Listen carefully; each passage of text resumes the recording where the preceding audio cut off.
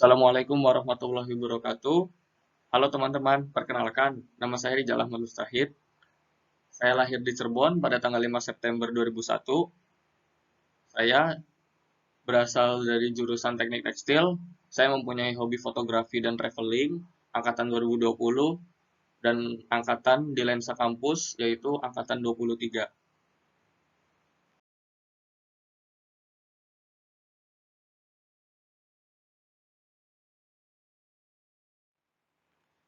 Jadi di sini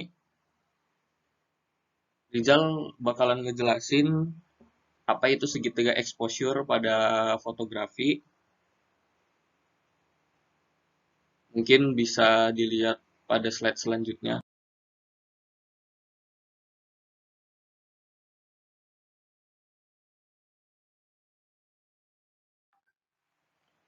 Segitiga exposure pada fotografi yaitu merupakan teknik pengaturan untuk menghasilkan gambar atau video yang lebih optimal dari segi pencahayaan.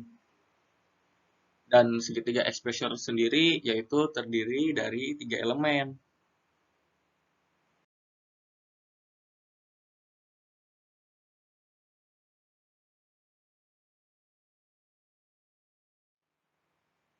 Yang pertama ada shutter speed.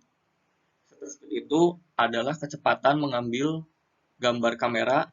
Jadi singkatnya gini, semakin besar angka shutter speed tersebut, semakin cepat juga kamera mengambil gambar, tapi di situ ada kekurangannya, eh, semakin kecil juga cahaya yang masuk kepada kamera. Sebaliknya, kalau misalkan shutter speed-nya lambat,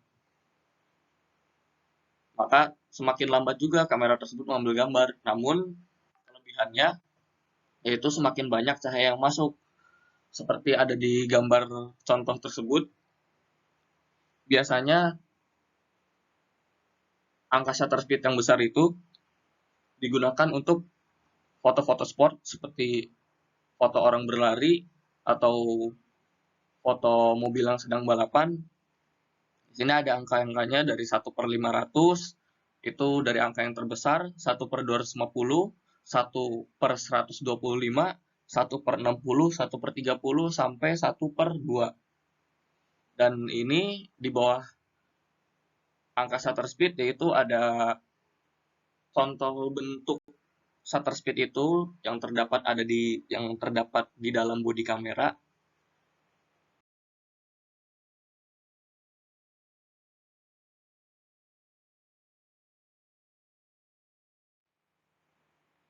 Oke, next, yaitu contoh kedua, yaitu aperture atau diafragma. Aperture merupakan bukaan pada lensa, bentuknya seperti mata pisau. Semakin besar angka, semakin kecil bukaan lensanya, dan juga cahaya yang masuk semakin sedikit. Semakin kecil angkanya, semakin besar bukaan lensanya, maka semakin banyak cahaya yang masuk, seperti ada di contoh yang di sebelah teks ya. Jadi ada contoh bentuk aperture, yaitu contoh bentuk aperture pada lensa. Jadi semakin besar angka si aperture itu, si mata pisau itu semakin lebar membukanya, dan itu bakalan efeknya cahaya itu semakin banyak yang masuk ke dalam kamera. Semakin kecil mata pisau itu tertutup, cahaya yang masuk ke dalam kamera pun semakin sedikit.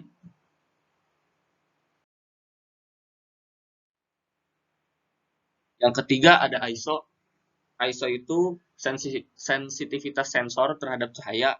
Semakin rendah nilai ISO, maka hasil foto akan semakin gelap. Sebaliknya, nilai ISO semakin tinggi, maka semakin terang foto yang dihasilkan. Contoh-contoh ukuran ISO yaitu 100, 200, 400, 800, sampai 1600. Ada beberapa kamera yang mempunyai ISO sampai 32.000. Dan ini semakin besar ISO, yaitu efek buruknya akan terjadi bintik-bintik kayak semacam di TV jadul itu yang ada kresek-kresek kayak gitu. Nah, itu yang dinamakan noise ya. Noise pada video atau foto. Dan di sini Rijal akan memberi contoh sedikit ya penerapan dari shutter speed. Di sini Rijal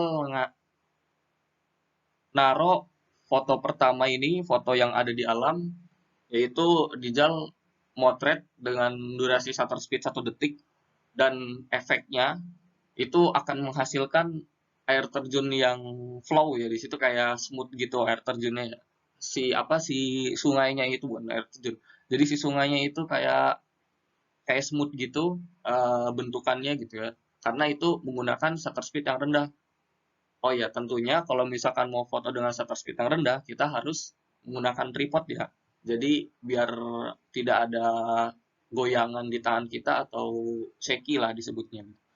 Dan foto yang kedua itu yaitu foto mobil F1 yang sedang balapan, dan itu tentunya difoto dengan angka shutter speed yang tinggi, yaitu 1/1000 detik, dan itu tentunya akan menghasilkan gambar yang freeze ya. Jadi si mobil F1-nya itu kelihatannya jadi bisa ketangkep ya, dengan si mobil F1 berjalan cepat itu si kamera bisa nangkep mobil F1 tersebut. Yang kedua ada penerapan aperture di sini. Yang gambar pertama, Rizal memotret seorang perempuan ya menggunakan aperture 5,6, dan itu akan menghasilkan foto yang bokeh ya, atau bisa disebut depth of field ya namanya. Jadi si belakangnya itu ngeblur, jadi hasil fotonya itu lebih sinematik ya, atau lebih kerasa lah feel-nya gitu. Soalnya biasanya foto-foto bokeh ini digunain buat foto potret atau enggak foto orang gitu. Dan yang foto yang kedua yaitu foto building ya, foto gedung, dan ini menggunakan aperture 8.0, 8,0, itu aperture yang tinggi ya. Aperture yang tinggi tentunya di situ ada efeknya akan menghasilkan foto yang tajam, dan kebanyakan ya foto-foto landscape atau foto-foto pemandangan itu biasanya pakai aperture yang tinggi biar si foto tersebut kelihatan tajam. Maaf ya teman-teman, mungkin segitu dulu penjelasan dari Rijal. Terima kasih, mohon maaf apabila ada kekurangan atau kesalahan. Bisa ditanyakan nanti via chat pribadi ya. Assalamualaikum.